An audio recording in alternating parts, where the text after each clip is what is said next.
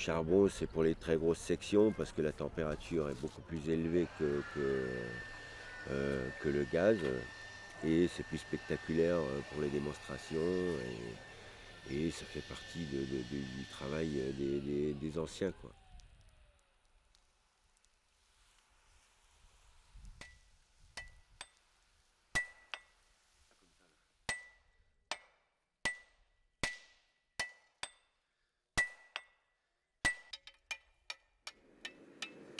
Et le gaz pour un peu plus de production, de rapidité, de mise en œuvre.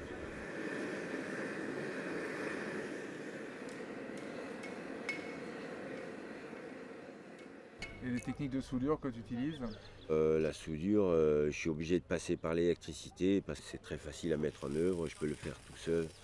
Alors que la technique des anciens, on soudait à chaud, à blanc, c'est-à-dire qu'on amenait le fer presque à fusion et on l'assemblait à coups de marteau et que les molécules elles se mélangent entre elles, quoi.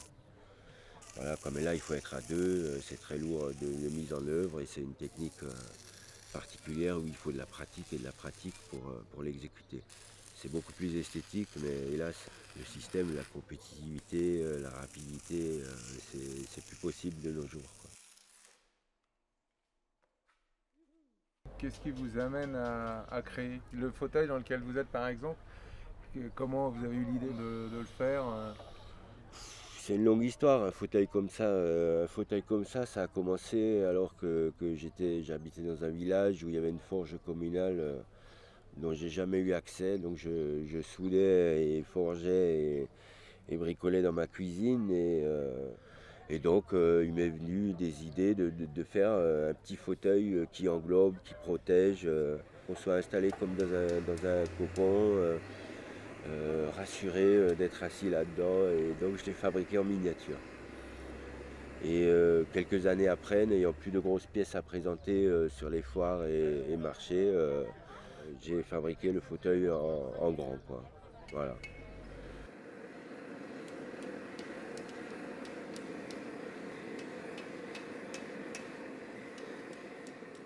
J'ai toujours cherché à assouplir, à donner du mouvement, à ce qu'on ait l'impression que ça bouge, que ce soit vivant, quoi.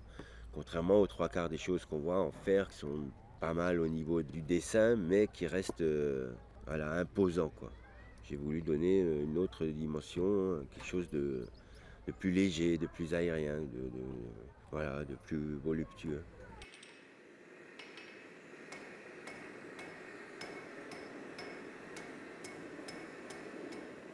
Depuis que je connais le nombre d'or, je l'utilise de manière très sommaire et je l'applique sur mes œuvres, ce qui me fait gagner énormément de temps et je suis sûr du rendu, quoi, parce que ça correspond à la nature et à nous-mêmes.